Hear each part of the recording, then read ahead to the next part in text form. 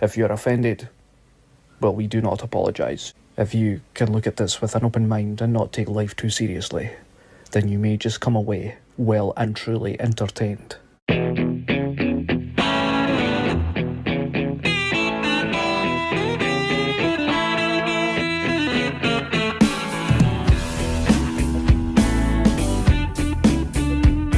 Never fear, Sean Begg is here, and today's guest is Kevin Macgregor. This is Caithness podcast, and we're here with Kevin. He's going to be strongman's son. Caithness is strongman. Yeah. Aye. Right. Anyway, Kevin, where did it all start? What, a strongman? Yeah. Well, it started initially maybe back in 2012, but a couple of bad years, and when you got nothing else going for you, I loved watching strongman. My granddad and my dad, on the TV when I was younger, and then I got my mind kind of sorted. I just loved it. I'd lift everything. I was never a gym guy, but I loved lifting everything outside, and it was the only thing that kept me going. To carry on in that time. My life. So I just put all my effort and energy into that. Yeah. But obviously I had a few setbacks. I'm 32 now to get where I want to be, but here I've learned a lot too. So I'm hoping now, touch wood, that we can make a head start to go and reach my goals now. But yeah, it just started then.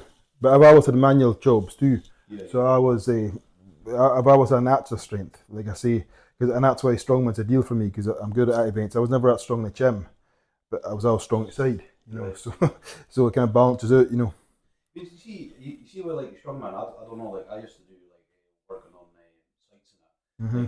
And I could lift on sites, but you're saying at a gym. I don't know if it's boring or it's just like it's different. It is different. That it's mental too, but yeah, it is different because there's so much more technique to lifts, and it depends on your belt leverages. But stuff outside just came natural to me. I was working the fields with my granddad, and then obviously see my dad and that. And I just built it up then, and then I had to work in the gym, and I'm still building up. But I'm no built for like a power lifter. I'm like a basketball player, I'm no built for it like that static lifting, which I've always struggled with. But I've got the other stuff that adds into it. So. Well, it's like you say, you're naturally strong. It's like farmer strength. Yeah. I know a few guys, and by looking at me, you don't think they can lift. There's just a machine like that. Yeah. But you got his natural body. Well, and I learned long ago never to judge someone by their look, because it's no, what I mean. It's no usually actual, because a lot it's mental, and then just what you got. Yeah. And I've been lucky too. I'm no big headed anyway at all, but in a competition, there are lots of just you walk in the bigger and they'll lift a lot more numbers wise. But in a competition, it's how you perform. Who performs at your best and the switch on. So there's only certain people that can do it. Yeah. And it's like when I was younger, I started when I drinking and that, and the air missing, I was fucking skinny when I was younger. But how is someone like me skinny and someone's 10 years older bigger? How is it possible for me to beat them? You may have some strength in the rest, but it's just you switch on. You know what I mean? Only certain people can do it, and you control your body with your mind. You know what I mean? And so it adds. It's certainly key for everything. To come at the top, because your numbers, you're always going to go up and down. But when you can switch on, even if you're not strong enough, you can probably perform 10% better than somebody else, and that's how you know what I mean. So I would say that's the most important. Your first win was that in a Highland competition in Inverness? No, I never won it. But my first one I did was when I started. Well, I did a competition in 2011 during my worst year. I was not good physically or mentally. I wasn't in training, but I heard it on Caithness FM radio. When I was at my grandma's, and I was kicked the house at the time, and it was my worst year, health wise. And you just think, oh fuck, I can do that, no bother. But it was actually a good thing, because I thought I didn't do that good. I realised that I could. You know what I mean? Yeah. So then in 2018, the boys that used to run the Caithness Strongest Man, they stopped it. So then I thought I'd started up again. I thought you started straight away. No, it'd been going for years. I think it initially started in the county show, and then Ryan McIntosh and Darren Wright, they ran it. Well, boys anyway. And then Ryan stopped and he moved away. So I don't know what year it stopped, maybe 2015, 2016. So then I knew I was going to Leeds, and it's Andrew Moore actually had come up with the idea. And I was talking to Joe Shearer, my good friend of mine, and they kind of both egged me on to do it. So again, it's like I said, I myself now to get guys to do it. So I messaged everybody I could think of, but some wasn't training then and whatever. So that was the first year, 2018, so that was the first one I won. And then I did a Highland Strongest Man at year 2 in Inverness for that 2 years. But yeah, and then I came second Edinburgh Strongest Man in 2020. And a lot of that guys who was just ready for Scotland's Strongest Man were in that competition, so it was a good one. And then in the next 6 months, I was getting really strong, and then I tore my bicep. So then I had 3 years, kind of 4 years out. So I'm just a year and 2 months back at it fully. So. I was going to say if you ever got any injuries like that. Yeah, well, it's only bad on the head was a bicep, but like 6 months later, I could have been back in 2022, but it was more to get a motivation, a fire back. I started twice, and I just couldn't get into it, and then my dogs died a year later, and I just couldn't get back. I was still doing some kind of training, but not to that level, and that's where it comes into a mental again. You know, you can always keep in shape, but at a different level to get this strength you need to be for competition, you know. So then it's just going to last, and you can't force it either, because I tried, a waste of time. So then September last year, I knew it was going to come eventually, it just came, you know, fire and spark. And so then that's what it is, and I actually qualified for a Scotland's Strongest Man final this year, which I did not expect. Kevin Macgregor.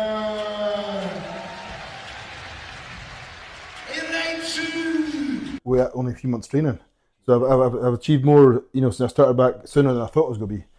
But the main thing is obviously to be ready for April next year now and take it from there, because most people will be thinking, what's Kev doing now? And that, you know, it's a bit of pressure too, because having that time off, you know, and people no seeing me lifting, you know, videos much, and the people who's passed as well, family and friends, you know, expect, you know what I mean? So there's a bit of pressure on me now to do it, and obviously I'm a few years older, but they say everything happens for a reason and time, and I've learned a lot too, like educationally in the training, you know what I mean? So I'm hoping it'll balance out, you know. But the thing is, like, it was only last night I was thinking you're like my age, and it was just, and then I was like, where he's early 30s, and I was a bit surprised because you've been at it for years like that.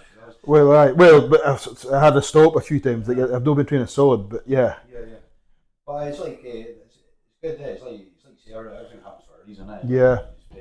It's been times for like stuff I really like and it's not worked out, and then later on, a couple of years later, it came. Yeah. Means Scotland strongman, and means that's. I'm guessing that's main goal for next year. Yeah, he qualified in April. There's 2 Scotland Strongest Man leagues. There's 2 different federations. So the first one is in April. So that's when I plan to be ready for that. And that one is a chance live that gets you to the Britain's Strongest Man and then the World's Strongest Man. And the other one then gets you to UK's Strongest Man TV. So it's the same guys as in it, but it's just 2 different ones. But the first one is in April, so I need to be ready for then. The date's released now, so 25th of April. I've wrote it down on the board, and you know my chim, so I know I've got to be ready for then. It's like even like we didn't have a clue about NS. It's like what levels are like. It means like you've got 4 main ones. It means Scotland Strongest Man, and then what would it be? British Strongest Man. Britain, yeah, and because that's a qualifier to Europe's and the Worlds.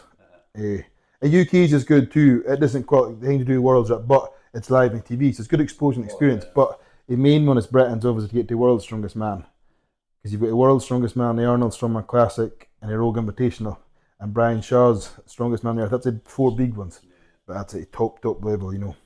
But the thing is too, there's such a difference, because like even 10 years ago to do Scotland's Strongest Man, obviously you had a Stoltmans, but bar that there wasn't that many, you know what I mean. But now there's so many guys good at so many different events.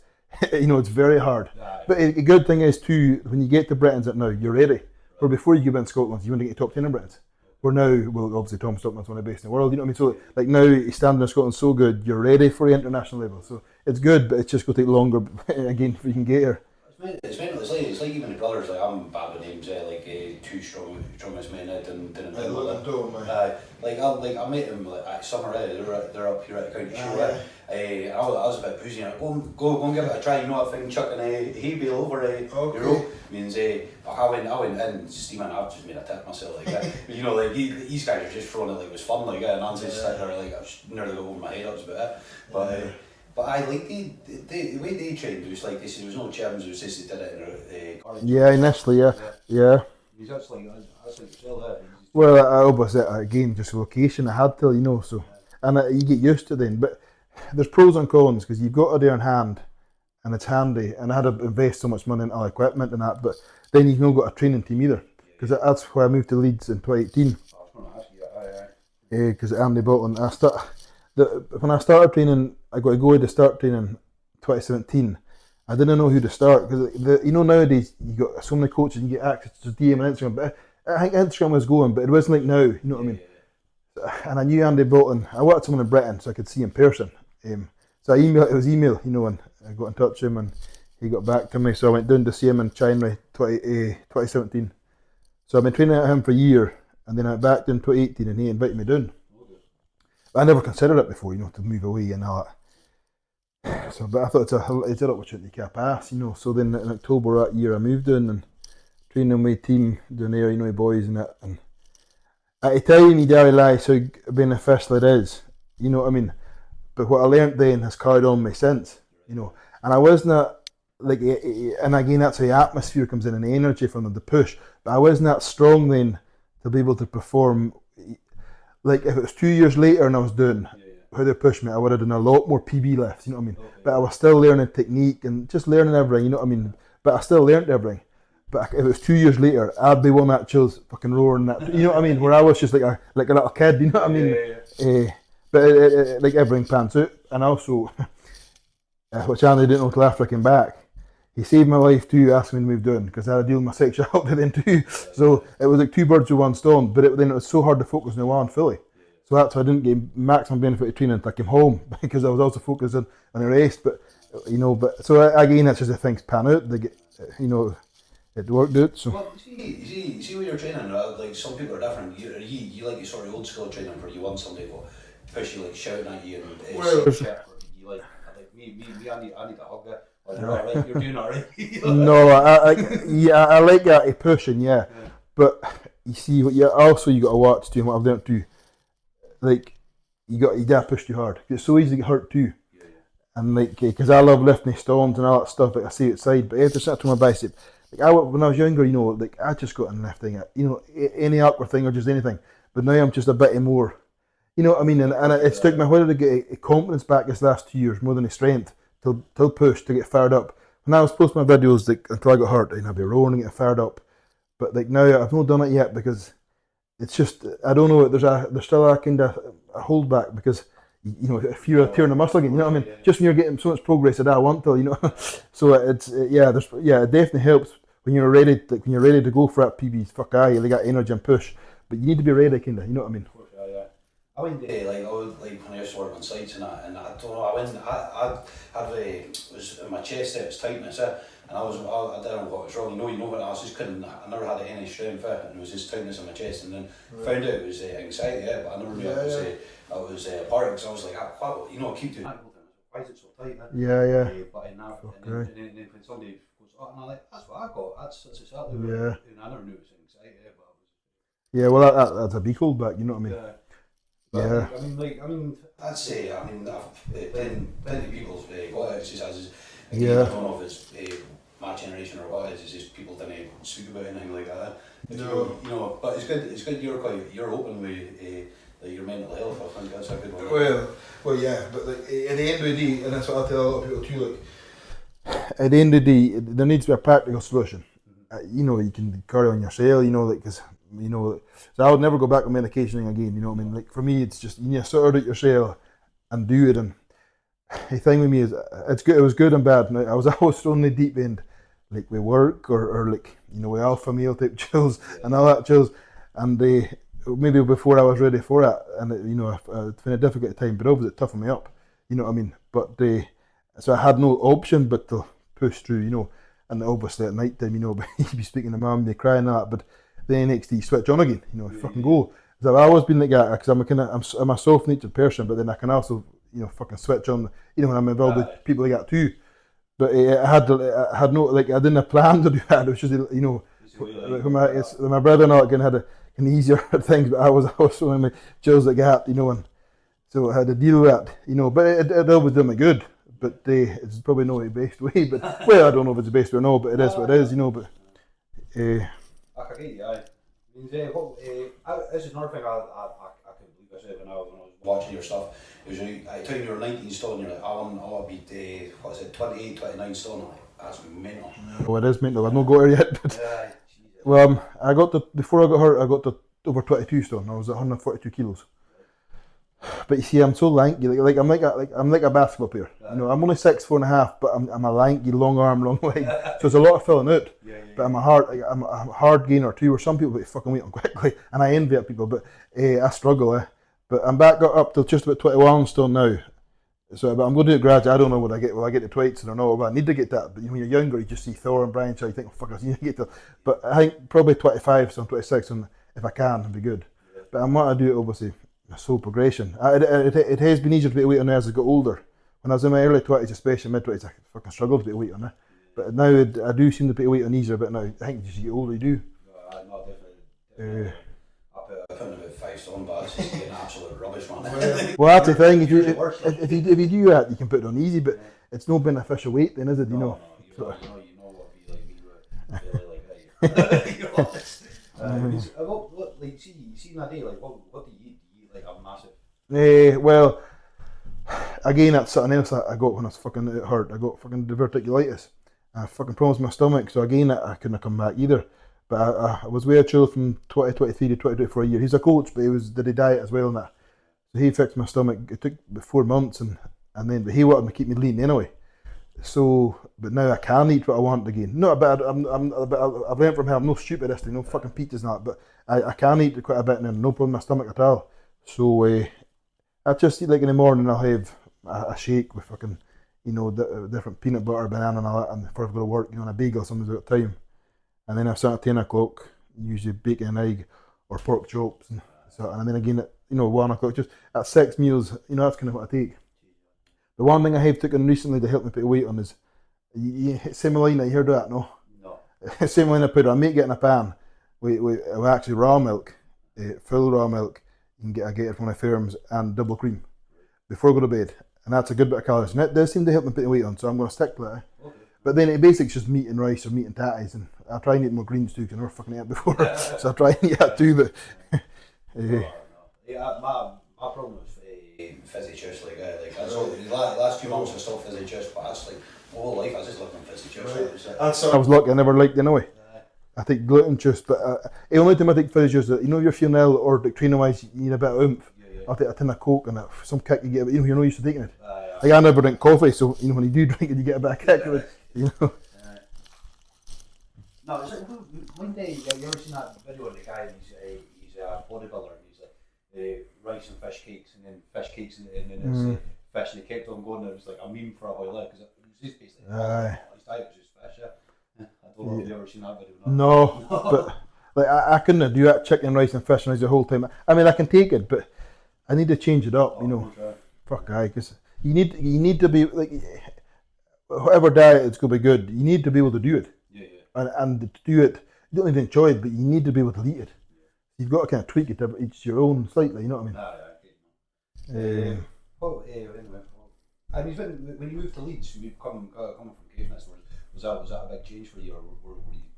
Well, I had lived in Edinburgh before when I went down to college. Mum and Dad made me go, so I had been before, but Leeds is a bit different because it's a bit further, a bigger city and a rougher city, But no, it was because I was going down with a team, and I was lucky. The house was staying at, there was an old mansion, and there was a pool at the back, and there was like 18 rooms, and it was a mixture of like a few young ones, there was older ones that had been divorced, it was just a mixture.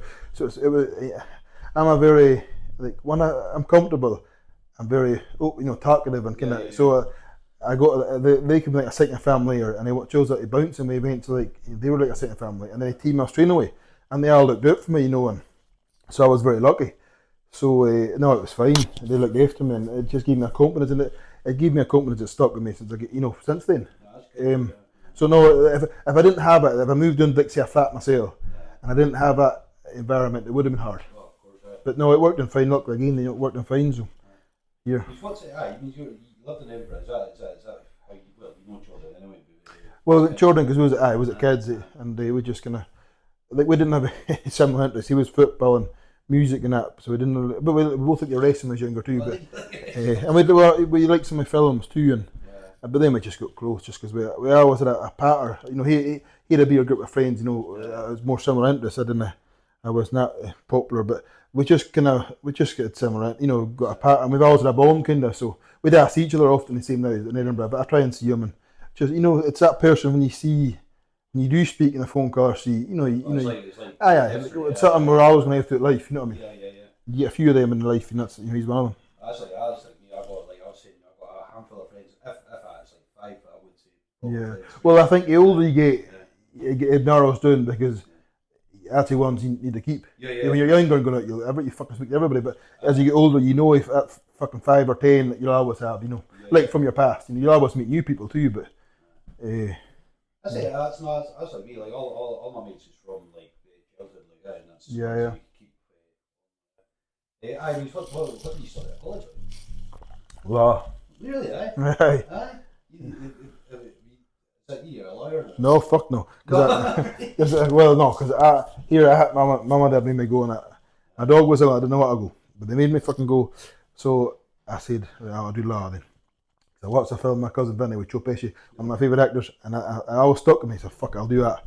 It was out of structural engineering, but it was easier to get into the college to the year that to then get into university. So I did it, but then I just fucking drank and had fun with it, and I quit. I quit it one day. I got to boss someone to tell mum and dad. You know, but like the thing is, like now I know after my strongman, there's a couple of avenues I'm gonna go, but like I am interested in, like, you know, learning that. But at that point, I was thinking, fuck. And if you're not ready to learn it, you can't be forced upon you. No, you need to be at a stage of life where you're gonna take it in and you're like selling it. But if you don't do it, you're wasting their time and your time. You know. Yeah. Like my dad's an electrician, and I tried to be an electrician, but I wasn't in love with it. Yeah. It means, and I think you knew that means I've finished it in the first year. Yeah. Like I'm more into art and all the rest of it. Yeah. Well, that's like you see, like I was at sea for now 10 years, and with Dad and another guy too, and off and on, and like I like the physical work, and I like working outside, but like as a passion to do full time, that wasn't mine. No, yeah. I enjoyed it, especially in summertime and that, but it wasn't me. You know what I mean? Yeah. I'm like that. Like I like physical stuff. I'm happy doing it. But again, like my passion is like art. Yeah. All that. Yeah.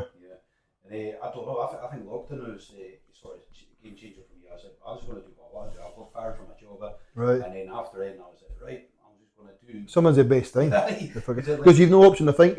Oh, I'm gonna go leave that. You know. You know. I got fired, and then 2 weeks later, lockdown happened, and I was a bit down there. I said, fuck, I got fired from another job, and then all of a sudden, lockdown happened. Everybody was on my level. Yeah, perfect. Well, here we have my own gym and that. Fuck me, I've been more progress in lockdown than any other time in my life. You know, training wise. Fuck, I know I can't go to the gym, so it allowed me to catch up and surpass them. It was good. I loved the lockdown. Well, I never. Fuck me, I didn't go anywhere anyway. So none of the company said it was fuck all of me. But no, I just cracked on doing stuff I like doing. Yeah. Well, I think a lot of people too. Obviously, it wasn't the best for a lot of people, but it also gave them time, like in their life, to actually, like, you know, see what they wanted to do, and time to just chill and, you know what I mean, do something, or either get a degree, like, you know, online thing, or do another hobby, like, you know, it gave people a lot of time, so it wasn't all bad. No, you know. Like, it definitely flipped other people's minds. Right? Yeah, and there's another life and just fucking working all the time with someone. You know what I mean? Yeah. I think even my mate, like, before I got fired, he said, you need to leave, and I was like, no, because you know, it's like, I need to keep this job, and then when I got fired, I was like, that was probably the best thing that happened. Yeah. You say you're on STV and BBC. I've seen that. Oh, right. Yeah. Well, that was because of Joe, because he got a new camera. Who's starting the weddings? We were starting the weddings, recording the weddings, and he said, "I want to come down and record a few things you keep." I said, "I know, but I'll test it out." So he tested things out, and I didn't know. He came a few nights, you know. I didn't know what he was planning to do. I thought, "Fucking no bother." So he just recorded some training, interviewed me, you know, walking the dog, you know, boys, different things like that, and so he must have made a compilation of saying it to a few people just for the crack, and they got back saying, yeah, we'll make something.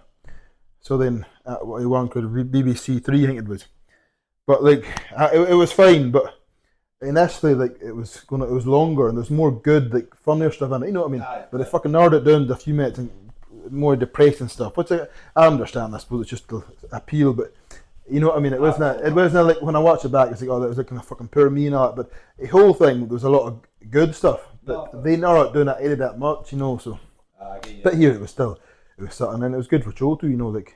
It's good publicity for Australia, like I watched it years ago when it well, not years ago. It was in 2018 it came out. Yeah. I watched it and that was like I was doing the road and then I watched it like the other night Okay. Because I was sitting there going, I'm sure I've seen a documentary, yeah, and I was trying to find it, Aye. and then I did find it. Well, the funny story is that I started a job at Joe back in May, June. Another guy I was working for, he was stuck for work with someone, so I didn't ken any boy, so I go and see him. So I went and seen him, and he didn't ken me, and I didn't ken this. He must have fucking background checking everybody. I don't use internet much, but you must Google people's name. It comes up. You got a criminal record. So he did that to me, and he came up, and then he came out a fucking whole lot of Kevin Macgregor strongman. I was like, I never fucking knew that. So he's watching fucking videos of me, and he only told me this fucking 2 months after I started. But STV interview, it was good because she came up, and she basically played everything was said in that. So it was more upbeat in that. So I enjoyed that one. It was like 2 months later. I showed my mum that one. Yeah, I showed her.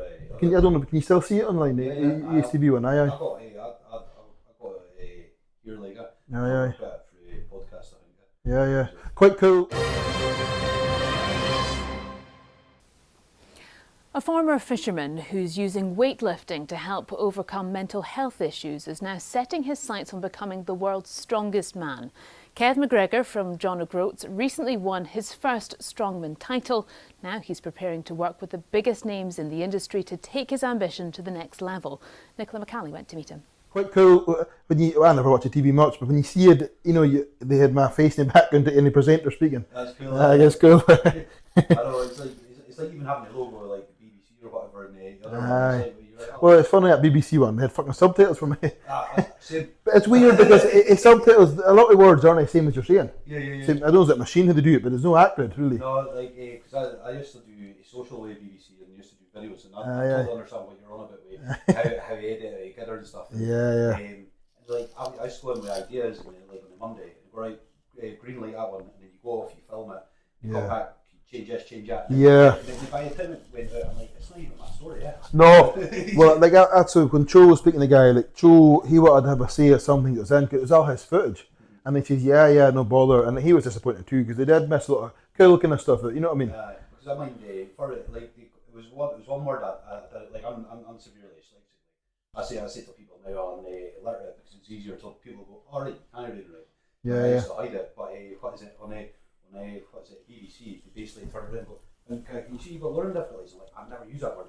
This is at a time I never used to tell people. And you're telling me I'm going to go out in front of people and go, oh, I've got learning difficulties. Yeah, no way.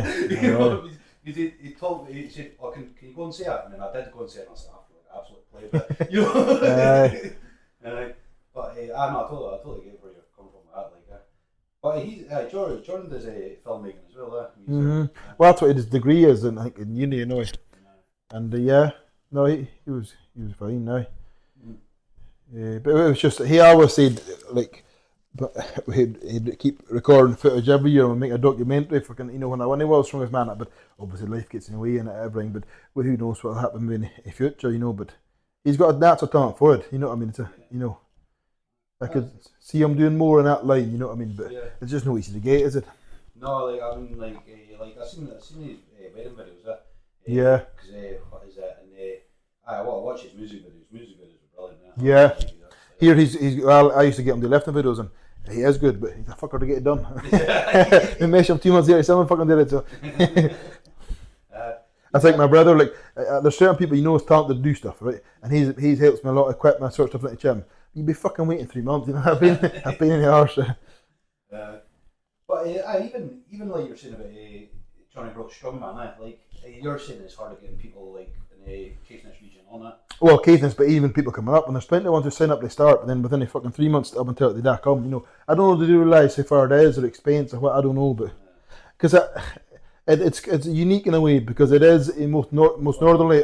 And someone corrected me from Shetland, said there's no most northerly. I says, well, most northerly mainland Britain. I says to them, I had to fucking change it on the page. I says, calm down. But you know what I mean, it's unique and it's at harbour, at the most northerly point in Britain. Of course, but again, weather can affect things, you know what I mean? But I know with my mates, when I moved up here, I was years ago for a wee while, and I say, they go past Perth and they're like, oh, well, we've seen Ireland. You don't know how far No, and it's just a shit road and that, you know what I mean? As soon as you're past Perth, you can get anywhere because the motorway and that. But as soon as you go up there, it's just, you know what I mean? It just drags, isn't it? But it's good. I was wondering if it's think more Caithness people would be doing strongman because Well, I know. You've got loads of farmers there. Well, I know, and I know a lot of people, and I think because, well, again, I don't know, but like how maybe I was popular and kind of liked when they left in it because I was never a chim guy or cutting about, you know, like I was always like a lot of them. I knew everybody how strong I was, you know, from my work and different things, or the arm wrestling bars, just different things. So they kind of knew I was strong anyway before I started lifting per se. So I did have a lot of contact, you know, locally you think it would come, but I understand a lot about how to do it. Because you go out and you get plenty of chills that say they can lift this and that. Oh, So then that's fine, then perfect, come and do it, you know what I mean? Or just not the strong guys that I'd love to see in it, because there's plenty of strong guys, you know what I mean?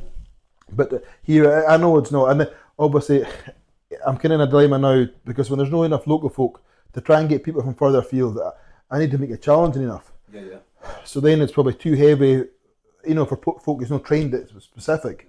But if you make it too late for guys coming up, then it's fuck all, you know, so I'm kind of stuck. But I hear it, there's the last 2 years I said I wasn't going to run it again, because there's so many pilots, but then I get chills who come who love it, and you know, they say it's one of the best conditions they've been to. But you needed numbers to make it. It's a lot of effort for fucking 3-4 people, you know. Oh God, but I mean, it's good. It's good. Like you're playing outside the box. Like something like you're doing something you love doing it. Yeah. You know, and you're actually running an event. You know? Yeah.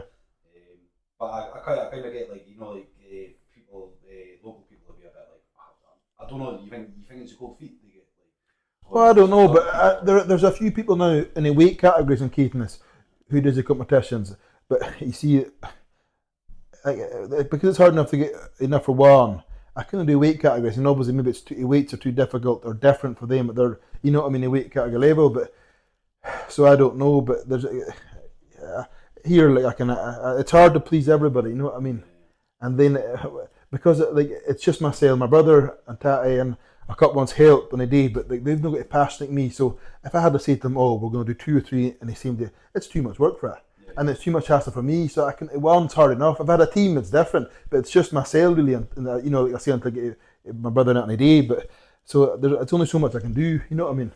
No, I went down this year. I was watching it, and it was good. Like, it was really good. It was fun as it. So I thought, well, I need to make an effort. I was going to go down last year, but yeah. I missed it this year. Well, I've been lucky every year. At least one decent chiller's come up. So there's 2 or 3. So like. You know, the last few years, it's been a Scotland's strongest man level guy, at least in the top 10, who's won it. You know, so that's good. You know what I mean? And that's why I met a lot of guys initially before I got back into it after I was hurt. You know, the last few years I ran it, they came up, so I knew them then for going down and come close to a lot of them. So it's been good. But Chile come up this year on from Aberdeen. They get so he's saying like he'll go and try and get Chile up next year too, and that's good. You know, if they can. But there's so many competitions now, it's to work in, because obviously it's a good competition, but it doesn't stand. Like there's no qualifying, you know what I mean? So because of the risk engine, I understand it's, you know, you've got to kind of choose your competitions now, really. But that's why I try and get like prize money for people, you know, because to come up and like money is the main thing for anybody now to buy what they need, you know, for their training and that. So I always try and get £1,000 to win at least. That's what I was going to say. That's like I was surprised how much they get for it. I think it's 2019 I had the most. It was like 4,000. But you see, since COVID and that, and a couple of, you know, because only people I know of can ask, they know got a business anymore and that. So I could ask further afield, but you did late, you know, you just can ask people you know. But luckily, a lot of equipment I got made using sponsor money, you know, so that benefited me then too, you know, for my training. Cause it's so expensive, everything, you know, now. So it has been worthwhile, whatever, and the experience too. And because my initial it was to get strong guys up from Scotland. They'll compete against to help me get ready for Scotland's strongest man, then, you know. But then you just run it because you know people are delighted to do it. But if there was 8 or 10 people coming up, it'd be magic. You'd have a class competition. But I'll have like next year. What I'll have to do is I'll have to play around with date because I need to focus myself now. I'm back at it only qualifying as Scotland's strongest man. You know what I mean? But if I can work it in a date with everybody, then I'll do it. You know, but what would help again? What people would do? Would it be like short videos online? I don't know, but I don't know because a lot of them do know now because word of mouth. And word of mouth's the best whatever. It's a good like you said because it's Johnny Groats. It's picturesque. Yeah. It's a good place to do it. And it would be good and like ideal in the height of summer when it's magic weather. But the problem is like so you get a qualify in April, a qualify in May, and then the one final is in July, and the other one's probably going to be end of August, start September. So you've not got much leeway to have it. like you know now with all the guys to get them to come up and myself now, you know what I mean. So you could either have it in a spring or a back end, you know, but it's not as popular, you know, a crowd. Because if you go to May games like in Groats in August, it's just fucking packed, you know. But I don't know. You think people would do it after all the competition's over and going, well, we'll come up to this one? Yeah, but it's just the weather then, is the problem. You know, well, so I'll work it out. And if you go to say you have it inside and that's too much people can have it, and that defeats the purpose of having it. You know what I mean? A arena, or, you know, the harbour and the circular, it's unique, you know. Yeah, it's nice like that. Someday shade it. No, I know. And I see a lot of like Giants Live, they have them in arenas now, and it's obviously for money, not, you know, for tickets and that, it's good. But I just, like, to me, because the strongman is natural, it should be outside, in my opinion. And that's just me, you know. And I just love it outside, and I think you can compete better outside. Just like that's what I can, you know. I know I can. But a lot of things has to be inside, especially in Britain because of the weather. You know. Did you ever repeat in like I know you did one Highland Games, but like other ones like the Caper and all that? Have you ever done that? No. I just did the Halkirk Games in 2018 because I did the Farmer's Walk. I trained that anyway, and I broke the Caithness record for that Farmer's Walk. It was Jamie Gunn's uncle had it, and I can't remember what the difference was, but I think I did 27 or something meters. It was like 12 meters or something more. So.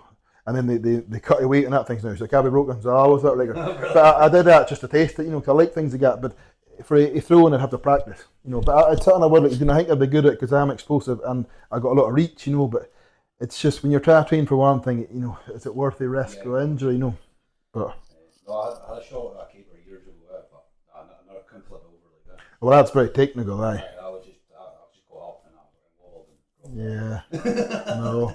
Because that's like I wanted Jamie Gunn, like I'm become friends now, like him to compete. He competed a year in lockdown because there was the two guys that overall I thought was the strongest in the county, stronger than me, was Jamie Gunn and Ryan McIntosh. But Ryan McIntosh has stopped by that point, so I really wanted Jamie, you know, to compete. And I think it was very even anyway, and he was just unlucky because he hadn't practiced the events the same, you know, and I won that year. But and then we went to Edinburgh together because he didn't have a Highland game, so we both drove down to Edinburgh, strongest man.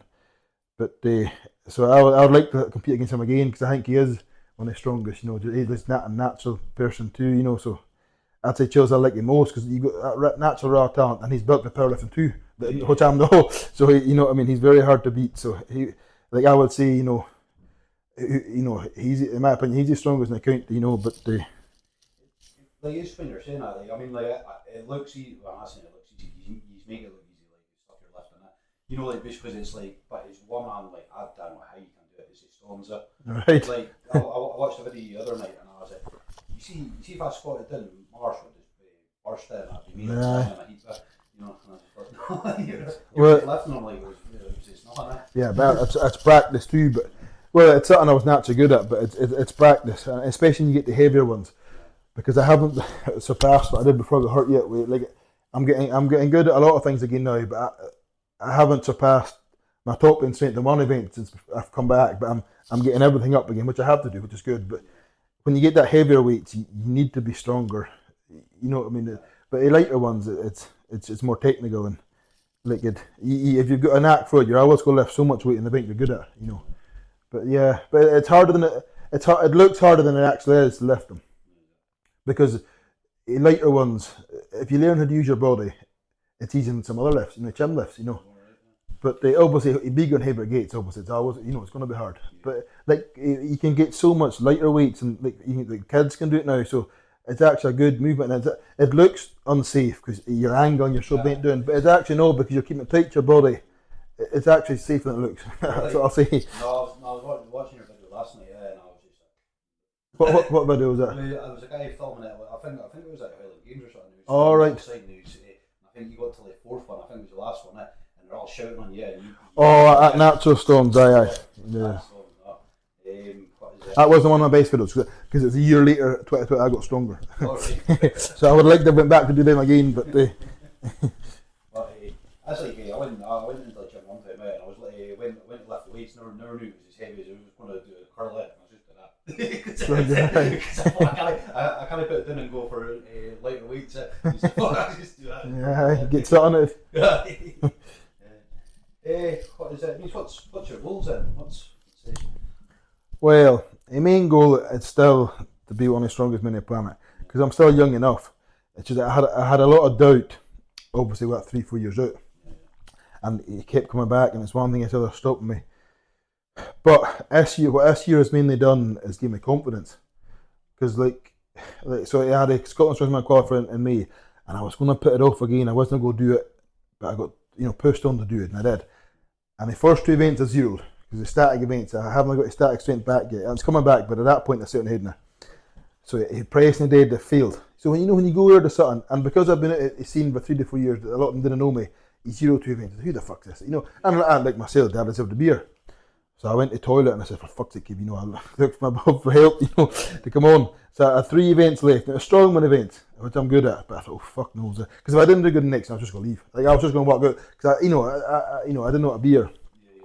So the next event, I won by 5-6 seconds, and the chill who came second was Scotland's Strongest Man. He won both the Scotland's Strongest Man this year. So that gave me a bit of confidence. And the next event I came second, and then the last event I came 4th. So that says okay, right? Because I knew I wasn't that strong, but by the time I can still do good in that strong events, with not being that strong, I was like, okay, maybe we are coming back. So the main thing it gave me was not what I did physically, but meant that okay, I do belong maybe here again. I think I deserve to be here, and I was the first reserve, and then I got called up. I think it was 4 weeks for final. So I didn't do as good in the final as I'd like to have done in the strong events. I hadn't had as long to train them, but I just couldn't believe I got the final because. When I was a lot stronger in 2021 before I got hurt, my coach did tell me to go for that. I says, nah, I don't feel I'm ready yet. I want to get my deadlift press up. So then for this year to not be as strong as I was then and to do it and to qualify, it's like, okay, you know what I mean? Yeah. So my confidence has gone back. So I believe now it is possible again for me to reach my goal. Because I am 32.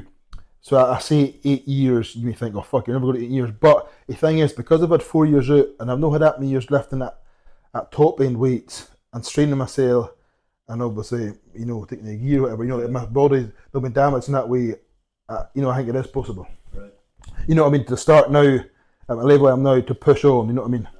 I think I'll have 6 to 8 years I can do that before I have to stop, health-wise. Right.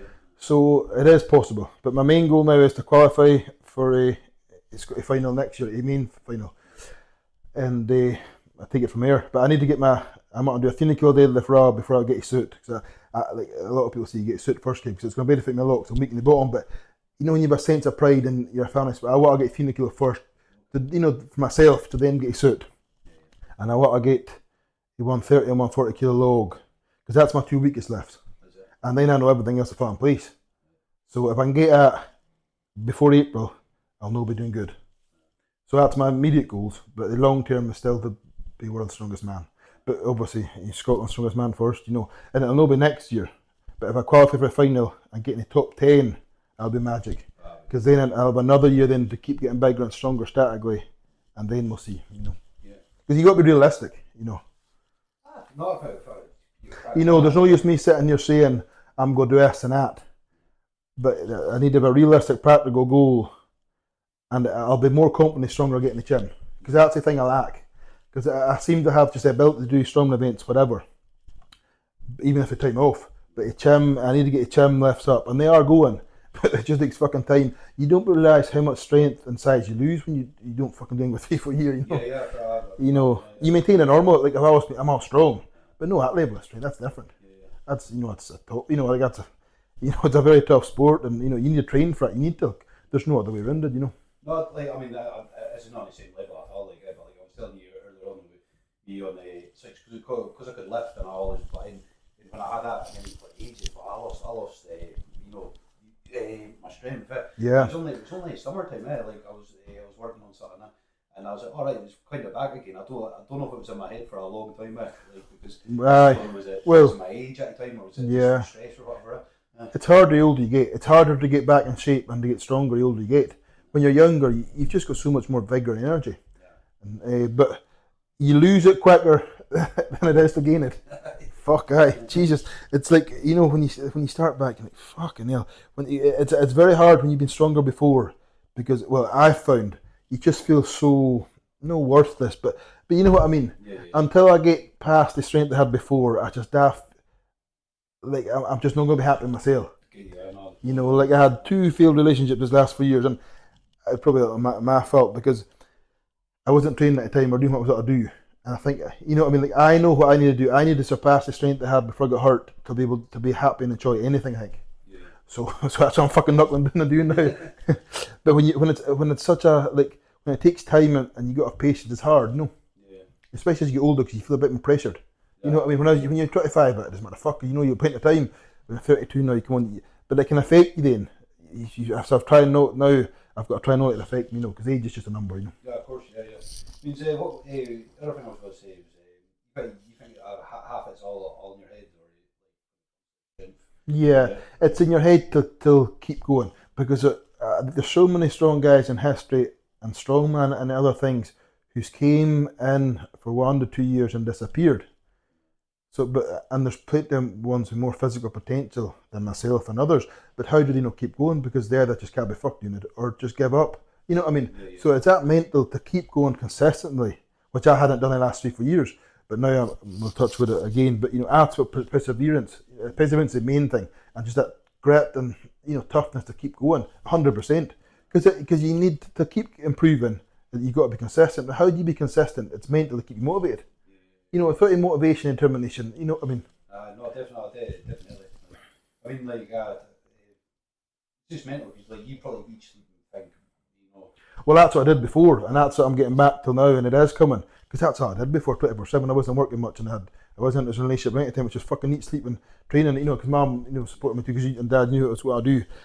But so that's what I'm getting to again now, because you need to. It needs to try and be best at anything. It needs to be 24/7 thing, and I think it's just doubly as tough. I'll say, obviously, because I've got to get size and weight on 2. So it's like 2 fucking battles. It's not just a chin and lifting, but I've also got to get bigger and stronger. You know what I mean? It's so much easier when you just stay at your weight. But to fucking put 30-40 kilo, and that's hard. So that's a fight too. So it's a lot to do, along with your normal lifestyle. You know, and the stresses. You know what I mean? So it's hard. It's very hard. It's like I've got I was a mate from high school. Like, see him on Facebook. He does bodybuilding now, and like you see a picture of him in high school. And Yeah. Now, and you're like, how did he get that size? He's like 8 foot in Britain now. Right. And I was like, Jesus Christ, he's Yeah. massive like that. And I just don't know how because you wasn't built like that in school. You know, like I think you're naturally you're broad and that. You know, like, but this guy, it's just he's a lump. The consistency. You know, he's always working. You know, yeah, 100%. you cannot compare to someone if it's working. You know. Aye. But I mean, you're a bouncer. You were a bouncer. I did that for, what was it, 3 years? I think it's 6 years. Because I got it initially because moving to Leeds, I needed a job. And one of Chesney team, Big Ramina Gemar, and a very good friend of mine, he did it. So I thought, fuck it.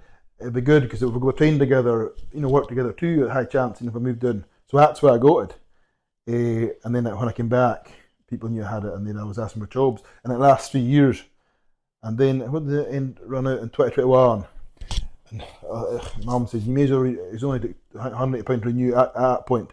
And you may as well, because some work for you, it's just still doing lockdowns and all that. So I did it, but then it ran out 2024 last summer. And I was getting sick of doing it anyway, because I was working other work then. I was driving lorries then and doing other work. And I wanted to get in a good routine to get in my sleep and everything. So it was shit for that. It was good for extra cash, and when I wasn't doing any other work. And then when it ran out, now you had to do so much more courses, like fucking anti-terrorism courses and that's health and safety and that's tickets. So it was going to cost like £400 to do. And you had to go away for a week, and that's just fuck it, I don't want to do it anymore. So I did do it. It was good when I was in Leeds, you know, for meeting runs and that, fucking perfect. But not up here. It would be fine if, because all the jobs I did up here then, mainly by myself. I worked in Dunnet Hotel during lockdown, and then Waterfront for a bit, and then Harper's. But I was just working myself the whole time, so there's no same crack. And it's more stress and hassle. You deal with things. There's 2 years, it's a lot better. So, it just wasn't. It was more stress than it was worth, you know. So when I was working 2 week anyway, you know, like when I wasn't wanting or needing the money, it was an extra. You know what I mean? It was more. There's more negatives than positives then. So I don't miss it now at all. It's kind of one of the jobs that you can do for a wee while, and then after you're like. Yeah. Well, yeah, and there've been a couple of times a close scenario, you know, Jules, not from here, but like and you think, oh, you know, if they can handle themselves, the AMA boxing, I say, fucking, what's going on here, Kev? Because it's a hassle, because you can get hurt, but also the hassle if you hurt them getting locked up. So then I was starting doing the boxing classes too, but then I think, what the fuck, yes, it's just stupid, Kev, because it's never going to end well. So I thought, and I only had 2 months left to take, and I thought, oh well, if there's no need, the cabin doing that, it's got too extra stress to me. You know, to focus on one thing, I'm not fucking doing that too. So I just didn't. It wasn't enjoyable. You know, it was enjoyable in Leeds. Obviously, those moments wasn't good, but yeah, I was working with people doing it. She had a team, and so you know, whatever happened, it didn't matter if you had a team. But when you're just doing your selling, it's fucking no good. No, my mate, like he was a bouncer years ago, and he said they put you to the football game, and then after that, see how you handle the football game, and then they put you to a door of Glasgow. Right. Just leave you, right? And he was like 18, he got like this rough pub, and I was like, fuck that, man, you were at that pub, and he said, yeah. Just me, I was 18 then. Well, I mind when I was working with, he was in the army, like, and he was maybe in his early 50s, and that's what he says in the 80s. There was no much work with Thatcher in power, so before he went to army, he was bouncing, you could get cash, and he didn't have a ticket or fuck all then. And he says he went to the first interview, went in, he just said hi, lights went off. 4 or 5 guys came in. So I had to fight in the dark. Jesus. And I still had to be like conscious at the end of it to get a job. So you know, but that's here. Like with me, like, cause like my dad and my granddad, I've got a better than them, but I'm not like them. Like I'm more protective than confrontation, like or like fighting.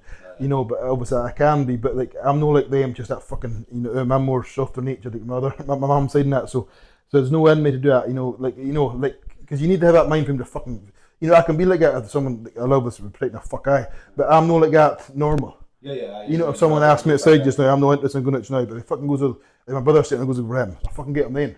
But you know, that's no me, I'm more interested in his strength in that, because that shit can be a different result of a night. But his strength, you know, you earn it and win it and that's it, you know what I mean? So again, it's not really for me yet, you know. But it's like, it's because you're trying, you probably didn't improve yourself, it's like, well, no, but you do get chills, because when chills and drinking drugs, I'd say people that get the fucking spot, who's just big tall Roger, fucking straight up to you, you know what I mean? You know what I mean? Because you stand out, you stand with the 2 other guys, and you know, Esther, you know what I mean? Yeah, the 2 other children will be harder than you, but they come up to you because you're fucking tall and big, you know? So, I used to be like that, like in the set, it was always, because your size or something. Yeah, oh fuck, because of the hassle. Because of the hassle, oh fuck, because even if I go out now, when I'm often, at the game that you go out, you know, you always get a look, and you drink or someone's gate, you know what's going to happen, and you go to the fucking toilet, you know, you can tell, you know, but here, you know, but it doesn't matter. But when you know working is not so bad, but there's so much pressure in working. The last thing I had to sign when I renewed it, any physical application on your end, 6 months in prison automatically. That's what it says in the form. So, you know, how can you do your job good? If you're too worried about getting, you know, has to be police, you know what I mean? So, if you're not doing a job, obviously it's fair game, you know, but. Just leave it up till exactly. Alright. I don't know if this is, well, you take anything for your, you know, you like, that's what I was going to ask you. You can ask me. No, sorry. No, okay. Are you allowed, you know, doing a strongman competition, is there certain rules where you're not allowed to take this protein, you're not allowed to take certain drugs or? Well, here it's like in any professional sport. There's drugs in every professional sport. Oh fuck! I like football, fucking anything. But you don't know about. But yeah, but there's certainly there's natural organisations that know. So I am on a testosterone, you know, but I'm just on T13 and I have been for the last 4 years. So I've never took a stronger stuff because I'm not at that stage. But I will be obviously because here, if everybody's doing it, and I had a dilemma myself initially because I wasn't interested in that. And like when I moved to Leeds, there's an older guy in the house, when he knew about it, he couldn't be fucked with it. And I know some people can't be fucked with it, and I agree, it's hard to get your head around it, but when you're at a competition level, right, and 10 people is doing it, the same, because all it does is maximise your own potential. Because there's plenty of chills, you'll see, probably only 10 will do it, but you can still be fucking stronger than them, no matter how much you're taking, because it only maximises your natural potential, but it helps recover and everything, especially when you get a certain age, and just for competition, for a max lift especially. See, that's why it's only, it wouldn't benefit me at this stage because I'm weak on that max lift and I'm not ready to lift that heavy. And for strongman events, it doesn't really help wise because, you know, but that max lift, like powerlifting, just a fucking heavy deadlift press, it helps for that fuck eye. So I will need to, yeah. Is it tablet form or injection? Injection, because new people used to take a tablet form and they said you can only take 2. Well, that's that stronger stuff, and it'll be hard in the organs, but.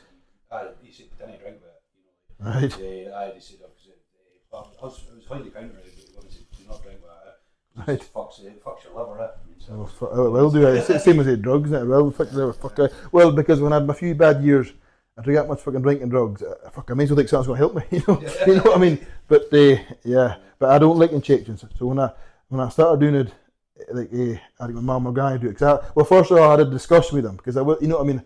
When Andy told me about it, I need to discuss with mum and granny. So I got them to watch a documentary on Amazon Prime, Bigger, Faster, Stronger. I don't know if you've seen it. No, I've seen it. But it's a good one. So mum and granny watched it, and because discussed it and okay. So that was go ahead then. So and then the next thing was, how the fuck am I going to do this? Because I do not like needles. You do it, please. So mum and granny did it. So hey boys, can't believe it. The fucking granny just taking last. So that's what I do, because I couldn't fucking do it myself. No way. But that's like when I had to get a vaccine jab. I was like, how am I going to get it? I did get it. Well, I wish I never took a fucking vaccine to hear what's going on, obviously. And I says that I came to the nurse when I went, and me and Mark, you had to pull up in the vehicle, and you got to the window. So me and Mark pulled up in the truck, and he was that, said, I came to the wifey, and I says to her, I'm no sure I'm taking this. I know you've got to say what you got to say, but I don't trust it. And they says, well, have you got competition? Yes, Kevin. I says, yeah. And he says, well, you could get long COVID, and that'll affect your, you'll be able to breathe. And I said, fuck, okay, just do it. But luckily only they won, because that obviously, well, I don't know if I talk about too much, but I'm very into now when you get woken up to who actually runs things and what's going on, it's hard to unswitch. And what happened in Britain now is very bad. Yeah. But the vaccines too, how many people has died with vaccines? And how many people has died you don't know about? Yeah. More people than fucking COVID, it'll be vaccines. Just cutting out.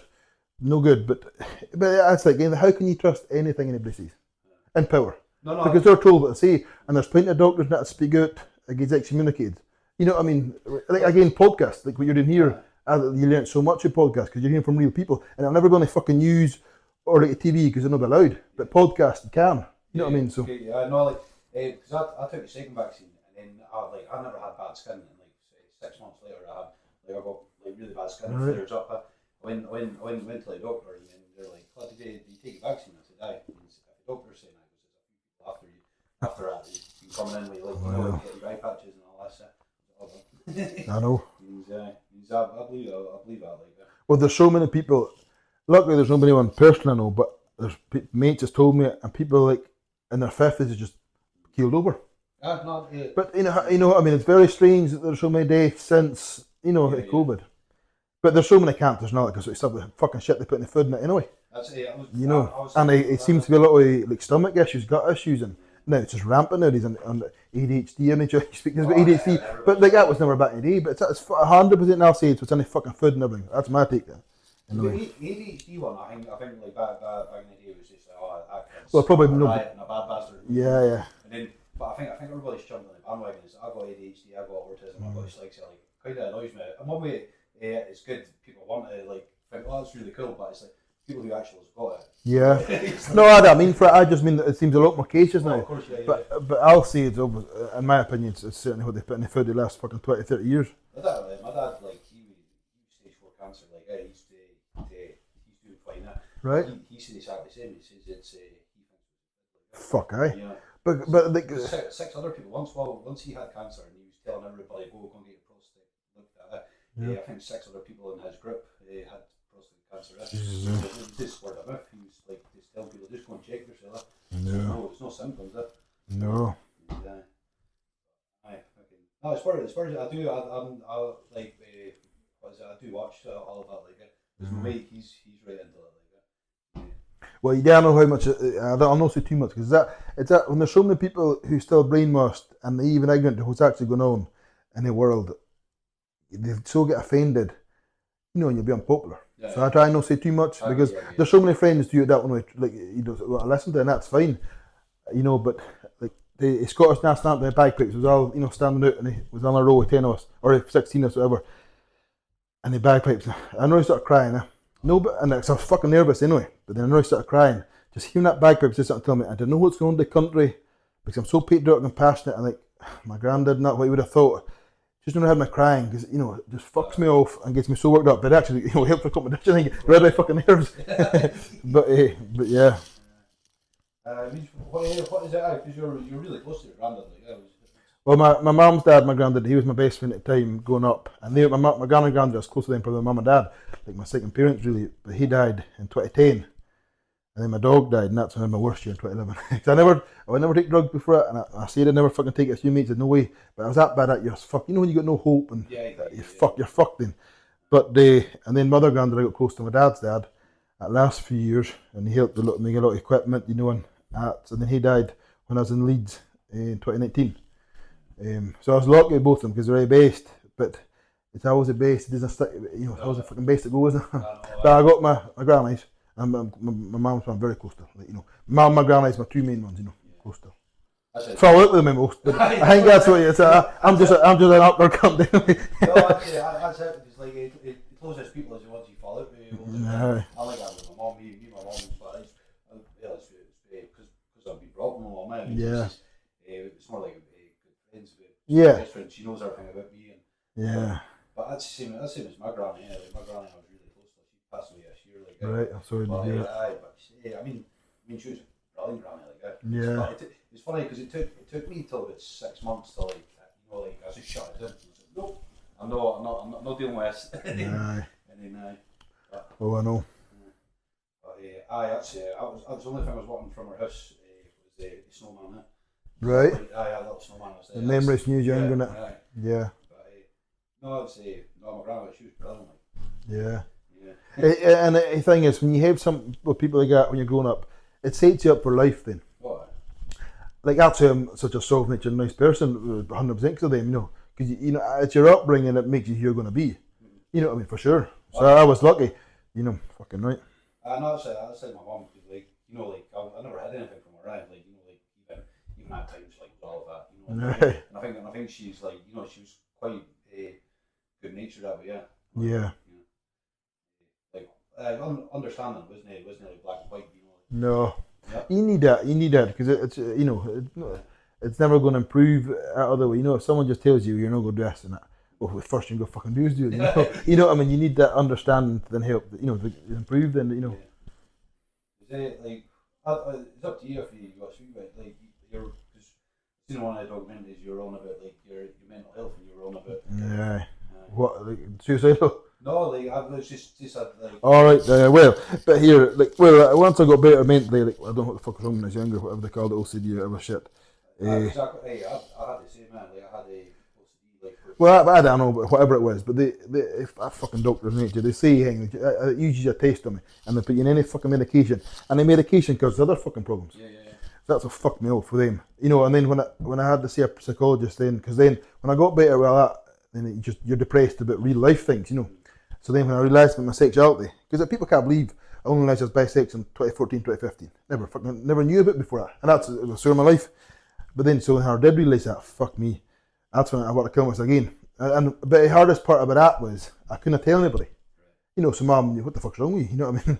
But I couldn't say. Was that just because it's up here and you're like scared as people?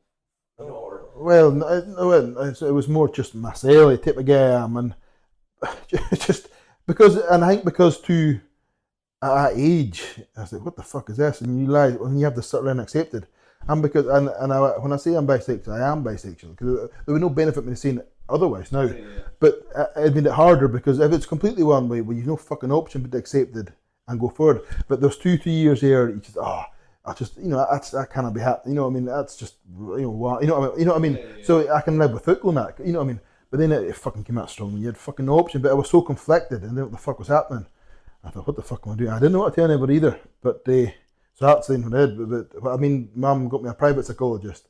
You know, with the pay for fucking went in there nice every week, fucking 6 of it in there, and there's 3 months I could fucking see her. You know, and there's 2 people who helped me to get to where I am now. Her mentor side and another woman in Greensmouth, a body when I promised my pelvis to get training. So 2 of them I was holding high regard throughout my life. But then when I seen her, you know, you talk about things, you know, issues, personal issues, relationship issues, you know, with dad and everything else. You know, it's important. It was affecting me, but she knew there was something bigger, and this was just in her house, her nice, lovely house, and that, so it was fine. I just couldn't say fucking words. You know, once I said 1 or 2 people, I could fucking say them, but I just couldn't utter the words. I was that fearing anybody hearing, and I just didn't know what to say it loud. But she says, well, you're going to have to tell me, Kev, because there's a lot of money, a lot of time, you know, coming here, you know, your mum and that, you know, I can't help you. She says, I know. I says, well, I can't say it to you, but I tell you what I'll do is, eventually she got me, I'll write in a bit of paper, right? You promised me you fucking burn it. It's a little bit of paper, no fire alarm off. If you promise me you burn it when I leave, you know. So I wrote it down and handed it just went out the door, and I went out the door and that's it.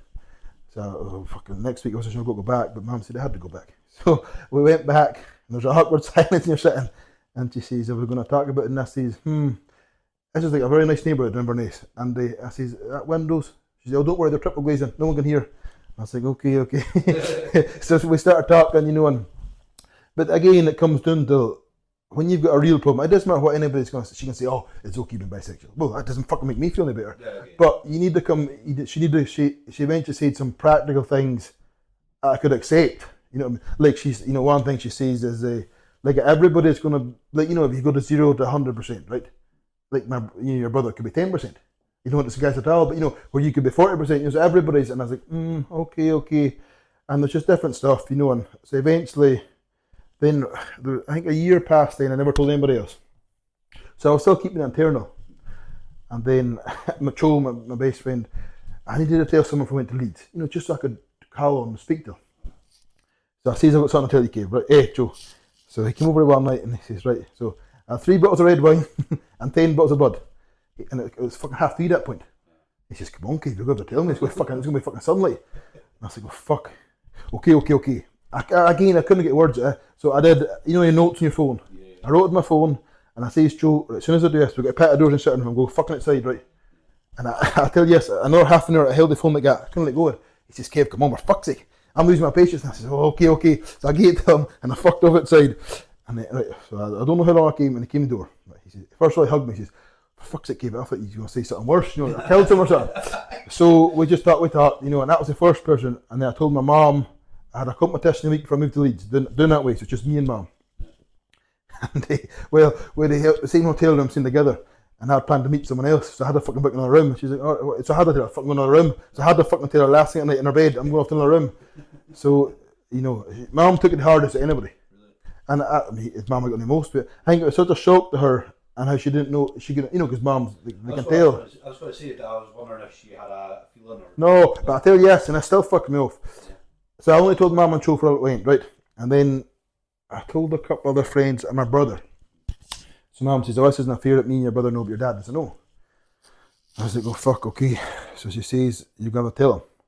Or I think she told him, in fact. I said, you do it. So it must be my Thursday night and I was bouncing on Friday night. And all I could think of work night is I can't go back home, you know. So I said, I would make a new life for myself down here. I was like, okay, fuck it. And then Dad takes me a week later and he says, there's something wrong when I'm speaking. I says, well, I just said I was too embarrassed and ashamed to speak, you know, to speak. And he just says, you're my son, whatever, you know. So it actually brought us closer in some kind of way. So, you know, because it's like Dad says, you know, you can see, you know, he'll have said things before when he's younger too, you know, against that. But when it comes to your doorstep, what can you do but accept it?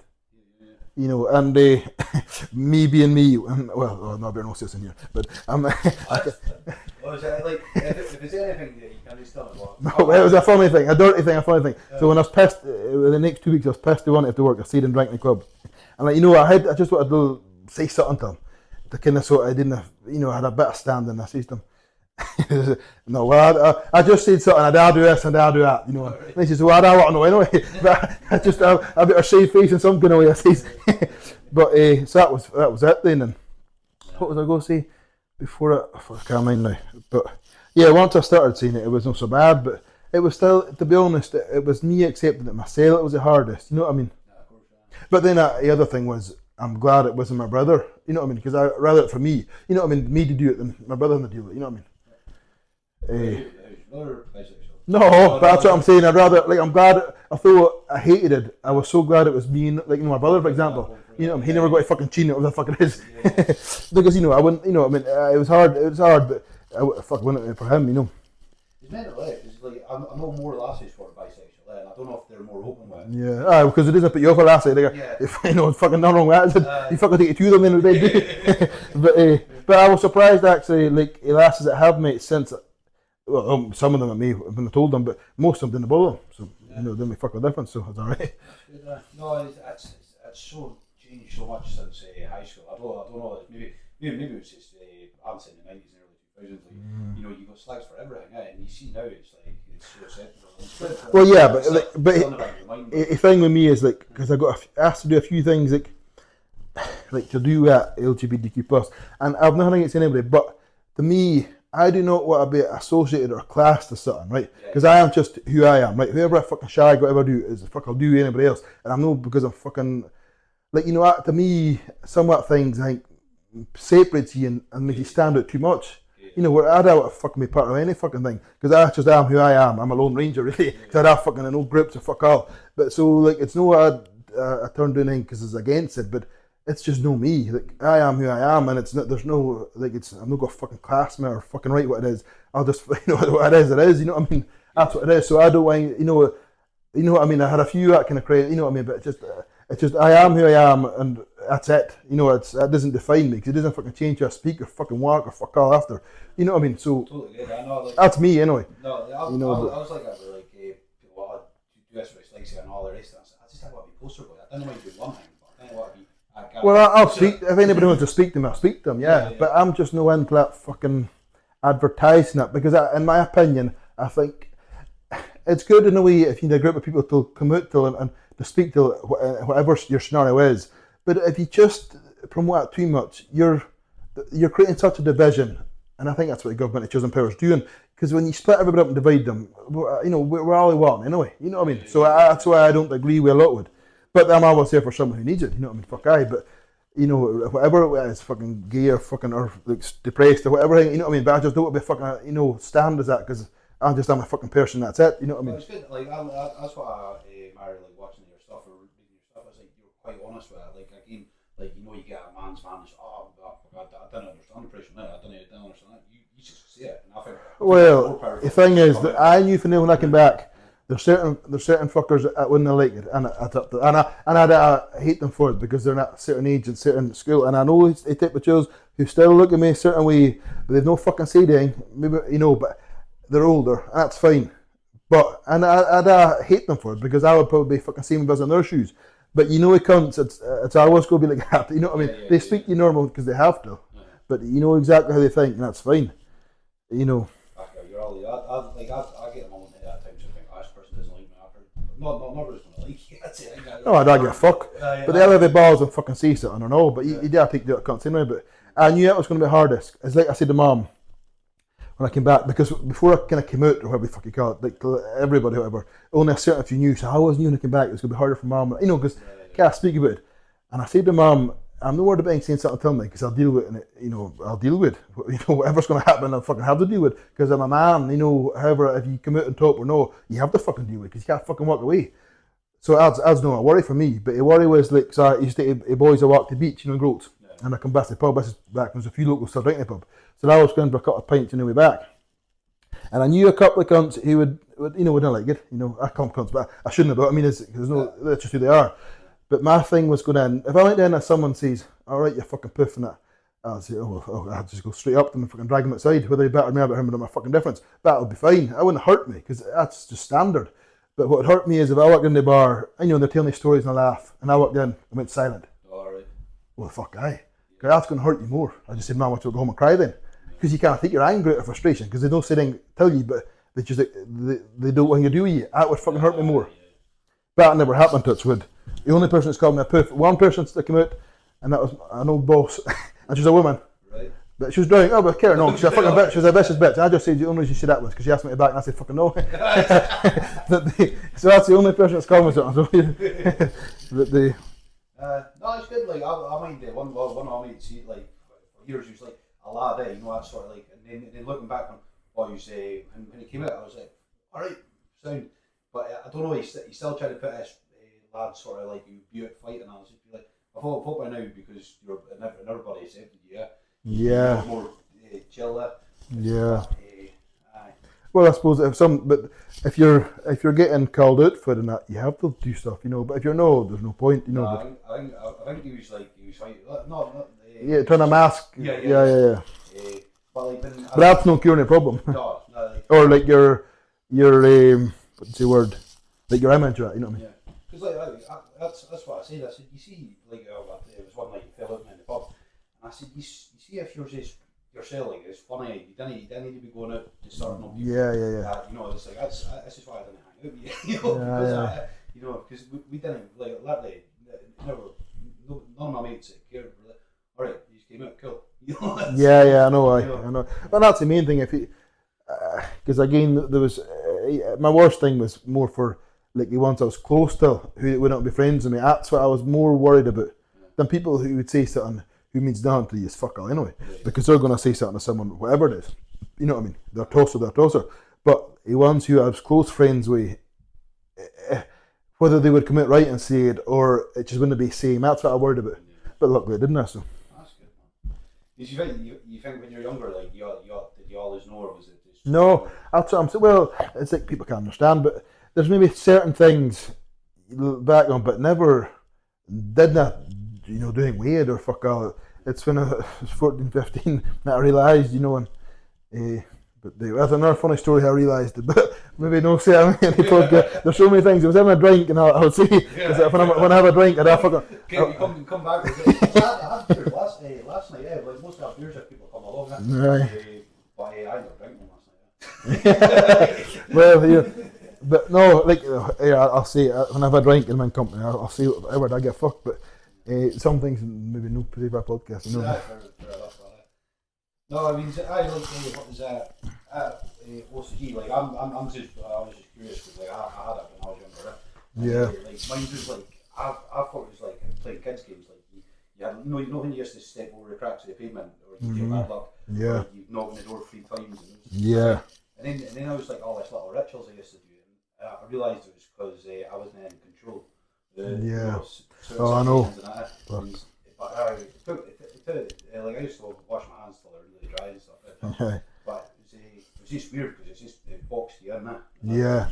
I had a lot of that when I was in school, and fuck, it was a carry on, and it was hard, and I had a lot of anger issues then too, and it was just fucked then. But I still have some, but I think a lot of you grow out. Yeah. Because I always have that in the back of my mind, some things, but I do some things I still do, but in some ways it helps with training that, because it keeps me fucking everything tidy and regime. But other things I just try and drop it. But it's still there, whatever it is. But there's so many things, like, how do you know what you got? Maybe you're on a fucking spectrum, whatever you do. I know, because there's certainly always something, but it's how you deal with it, isn't it? You know. But it's luckily things have just improved naturally for me in every way in my life as I've got older and come together. So I've just been lucky, because a lot of people I know has to come out of things they got, and depression and drink and drugs and OCD or whatever it is, and their sexuality and issues, and I've just been lucky. But it's obviously, I think too, is like I say, what I went through when I was younger, and then dealing with alpha males, at work and everything else, and I think that's just built up because I'm no big in the way, but I've got a toughness and just that human toughness and grit. You can't forget about human grit and toughness. And some people's got, we know like what we had fucking 50 years ago, but certain few have it, and that overcomes a lot of things. And the more I get older and learn about spiritual too, because I do believe there's someone up there. So like, and it's just like something that happened for me this last few years. Like it's like it was meant to happen. It's weird. It's hard to explain. So like, I think that can overcome a lot. Belief, obviously, and a toughness can get you through a lot. It has still. Because at the end of the day, it's got to be you. Any outside help or external help can maybe help, but it has to be internal to get through and everything. Even I haven't read this book, but you know Conor McGregor book, what he read, and it's all to do with your mindset, and if you believe a goal, you achieve that goal because you got it. Yeah. I think that's kind of spiritual in its own way.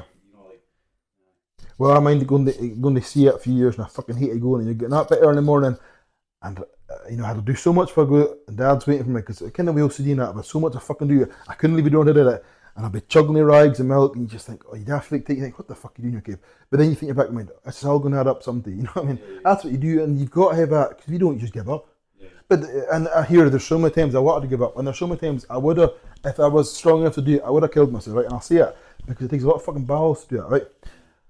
But when you cannot do that, and if you give up, what is the option if you give up? Things are going to be worse. So it's because a few times I get like, how tough you get like that. But you think, well, you cannot give up because it's going to be worse. than you are now. So you have to fucking keep going, and you have to persevere till you get things that will improve. And it's happened, but at a time you don't know it. But and again, you can say this to anybody, but and you know, because a lot of people say it to me. But until it happens for you, you won't realise. You know, if you knew a lot of things, using your fucking late teens and early 20s, the progress you can make then, and plenty of time in your hands, fuck, it'd be magic. But everybody's got to learn at their own point, mature at their own point, learn at their own point. You know what I mean? I think my dad said something to me. He's like, "Oh, it's not a mistake as long as you learn from it." And I think that's fuck, aye. It's all experience. Yeah, it's like it's stuff in my 20s and that, like, you know. But it's like, well, I learned from it. No, like, and you're better doing a lot of shit then, because your body will not fucking handle it when you're 40 or 50. You know. Well, same with depression. I know that's a word that gets thrown out a lot, but I think it's twice in my life where I have dinners, but it's been twice in my life. Oh, that's fucking depression. That's, you know, like for the arse it's dropped out me, like, yeah, I'm just like, just didn't give a fuck. You know, yeah. I mean, it's like, but I think what helps too is that you see you're close to your mum or you're close to your granny. Having them makes a big difference. Oh, like my mum, like she like you speak to mums. Mum's my counsellor sort of thing. Yeah. It's good to like chat till, you know, like sometimes I get in my own head like that, and I need somebody just to give me reassurance. All right. Yeah, fuck aye. No, you need it. I'm quite bad for reassurance, and like I have to say something to mum or granny, and I know what they need to say, whether they want to say it, and they have to say it, and that just helps me deal with it. You know, it is what it is. But it puts a lot on them, especially as they get older. But I don't do it as much, but still at times I needed to do that. But it's weird, but yeah, it's just a reassurance to just help you settle as and carry on. Yeah. Even like drinking, I'm chilled out like when I'm drunk. Like, so the next day I'm like, did I say anything? Because I need to go looking back and go, did I say that? Did that person take that the wrong way? You know, like. Yeah. And I need somebody to go, no, you're fine last night. Yeah. Well, like, and he drank, like, I did take drugs, but I was never a big fan of them, really. But he drank, I was always a drinker. I would never take a drink. I do like a drink, and there's members of my family before it was alcoholic, so I could easily take a drink. I could easily become an alcoholic, to be honest. Yeah.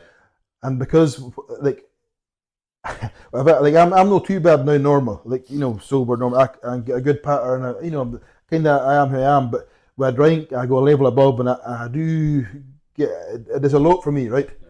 And I just, I excel, and just have a fucking time in my life, you know, but it's afterwards, I'll fucking suffer for 3 days, because it's a natural depression anyway. And it fucks my routine up, because I can't eat the same, so that depresses me more, and it has a knock-on effect, and obviously on the body. So that's why I very rarely do it. I had 2 blowouts this year, and that's all like I've had a few drinks, but 2 blowouts, you know, like a sesh. And that's all I'm having this year. One was in Glasgow, one was at a wedding a few weeks ago. But that's all I'm having this year, because I'm not interested. But at a time, fuck, it never felt as good in my life. You know what I mean? The best time. But you know, it's a natural depression, so it's no good at all.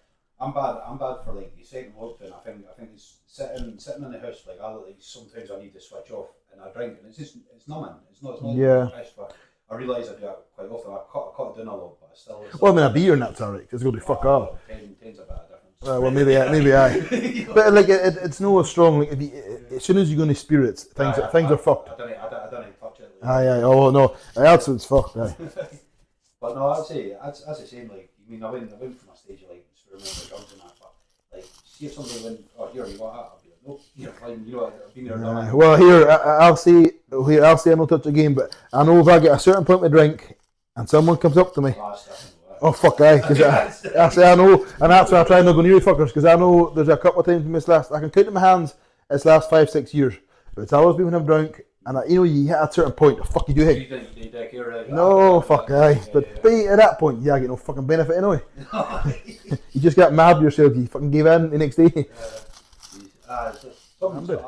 Or you know, or like what you if you're before your dad, whatever, you know, like I know like that's things for you can keep, you know, but also can share people's good stories, but also for you to have. Like audio recording that is fucking good, like and I share some stuff on Facebook, I'm passionate about, right? But I don't do it on Instagram because I've got a lot of videos and that and photos from like fucking on my story from fucking 2018 onwards. I got no space on my phone. But I got a picture of the boys, my dogs, and my granddad and my gran in the background. So fuck it out, I get taken on Instagram to read it. You know what I mean? But you know, like so things that get that's and a lot of that was meant to be taken, they're just in the background. But that's memories you got, you know what I mean? Like if there's a video and they're talking in the background, you know, to you or something, like that's just yes, you remember in your head, but it's still good to see it every so often. God, same. I got videos of my granny. I still haven't watched them, but like I know, like I got it's on my phone, and I got one on a old videotape. Yeah. I will at one point edit and put it together. Yeah, well, fuck aye. I got like that's like I used to run about the video camera years ago. Yeah. Film everything because you think, well, that's all memories. Like, Oh, fuck aye. Now you can pull out your phone and Yeah. whatever. It's different. Oh, well, like I used to be bad for taking photos, like with chills that I'd meet, but it was always purely for memory. And I mind the one chill in that house in Leeds, and he was divorced and whatever. He was in his late 50s, and he became like a second dad to me today, right? And he died, he's passed. But I mind the first night us in the house went, I was like, you're getting boozy, take your phone out. And I said, I get a photo, pal. He says, no. I said, oh, please. No, you can remember me up here. And yeah, it's true. But I'm glad I took your fucker anyway. Yeah. Because you have it. Yes, you're always going to your hide, but just something seen a photo or video helps bring up, to get through in your head. Because you store so much up here, sometimes you need a reminder, I know you're right. I know it's like, what is it? I'll watch old videos and it's like I can smell the aftershave at night, or I can, fuck, smells. You wouldn't believe when you get an old smell. It reminds you, fuck, it takes you back in the moment. It's just straight like that. Fuck, powerful. It was like spicy the other week, and I was like, fucking hell, I just went straight back to that.